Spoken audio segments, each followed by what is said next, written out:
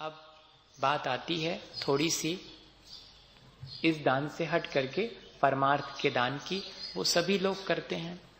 मुनि आरिका श्रावक श्राविका चतुर्विध संघ को 4 प्रकार का आहार दान देना, जिसमें आहार, औषध, उपकरण और अभय दान या कि आवास दान, शेल्टर, शरण देना, ये 4 प्रकार का दान है। लेकिन ये दान कैसे देना चाहिए?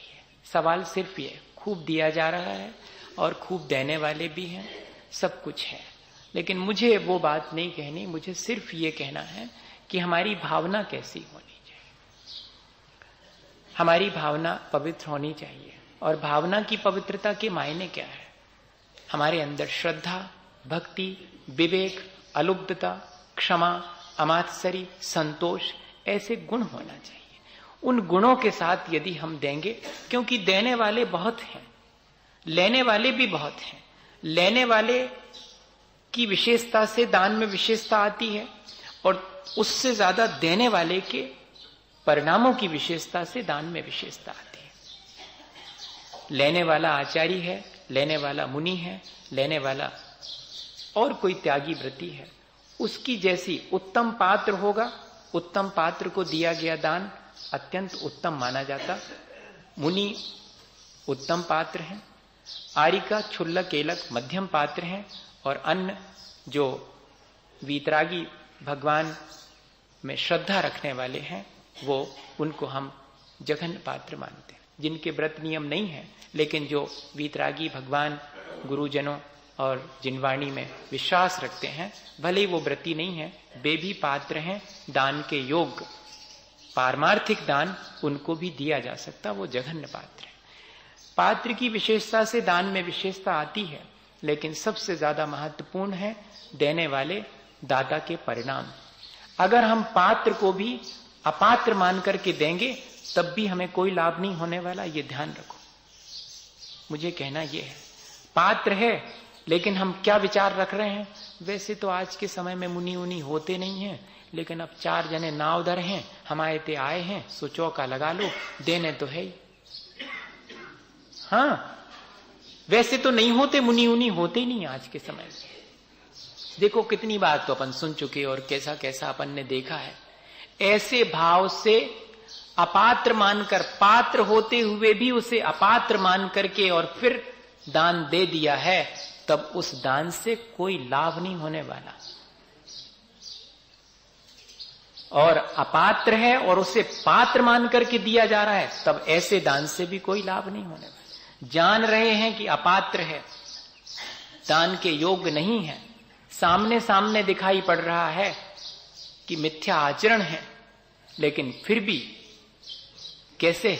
जैसे कि आप, बहुत से उदाहरण हैं, अपने घर में आ जावे कोई एक्साइज ड्यूटी वाला इंस्पेक्टर, हाँ, उसी को बोल रहे हैं, लेकिन फिर भी बड़े आराम से, बड़ी खुशी से, जितना चाहेगा उतना, लाखों रुपया, हाँ ले लो, लेकिन बच जाएं हम, वो नहीं कहलाएगा। जान रहे हैं फिर भी वहां मजबूरी है, वहां भी मजबूरी है, और इसी तरह पात्र को भी अपात्र मान करके दे रहे हैं, यहां भी मजबूरी है, दोनों ही जगह।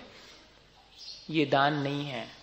पात्र को पात्र मान करके देना, ये विवेक हमारे भीतर होना चाहिए, और श्रद्धा पूर्वक देना। श्रद्धा किसे कहेंगे? उनके गुणों के प्रति अनुराग होना, इसका नाम श्रद्धा है। जिस क्षण हम आहार की प्रक्रिया में खड़े हुए हैं, उस क्षण हमारा मन उनके गुणगान कर रहा है। हाँ ठीक है, खड़े हो रहे हैं, लेकिन अब वैसे जे हैं तो वे उनके थे, अब अपन पड़गा लो, आ जाएं तो ठीक है, बाकी आज तो लगता है कि उनके यहाँ जाएंगे, अपने यहाँ थोड़ी आए। आप देख रहे हैं अपने परिणाम। मैं बहुत प्रैक्टिकली परिणामों का विचार करने की बात कर रहा हूं। दान वान की प्रक्रिया सबको मालूम है, मुझे कोई उस पर कोई विचार करने की आवश्यकता नहीं। सब जानते हैं कैसे दान दिया जाता है, कैसे कैसे चौके लगाए जाते हैं, सबको मालूम।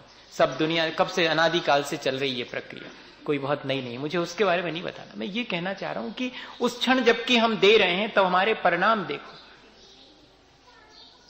जिनके लिए हमने और बहुत श्रद्धा से और सारी चीज देने की भावना करी है, हमारा मन थोड़ी देर को कैसा मलिन हो जाता है, पड़गाहन हो गया, उसके बाद में हमारे मन में किस तरह के मिथ्या विचार आते हैं कई बार, इस पर विचार करना।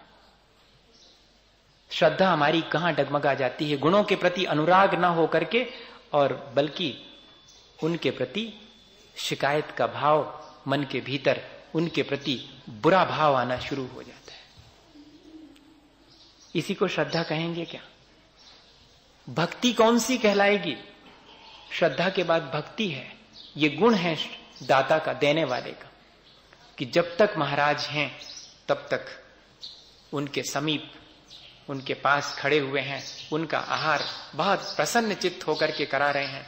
कोई भी दे रहा हो मानो कि मैंने दिया है, और हाथ जोड़ करके खड़े हैं, जब तक कि आहार की प्रक्रिया पूरी ना हो जाए और उन्हें मंदिर तक नहीं पहुंचा के आऊंगा, तब तक तो महाराज के ही साथ रहूंगा। ये कहलाती है भक्ति। हम शरीर से साथ रह सकते हैं, लेकिन मन से नहीं रह पाते हैं। रह पाते हैं? है क्या वास्तव में ऐसी भक्ति? विचार करें। विवेक, क्या कब कैसे देना है, ये विवेक हमारा उस समय बना रहना चाहिए। और अमात्सर्य, दूसरे दाता से ईर्ष्या ना हो उन क्षणों में जबकि हम दान की प्रक्रिया में शामिल हैं। लेकिन हमने अभी तक के जीवन में बहुत कम अवसर पर ऐसा देखा है कि एक दाता दूसरे से ईर्ष्या ना करे। सबके मन में, सबके चेहरे पर वो पढ़ने में आ ही जाता है। मैं शिकायत नहीं कर रहा हूं, मैं ये कह रहा हूं कि कब हम इस चीज को सुधारेंगे? हमारे मन में कब ऐसा विचार आएगा कि नहीं, मानो मैंने, दूसरे ने दिया मानो मैंने ही दिया।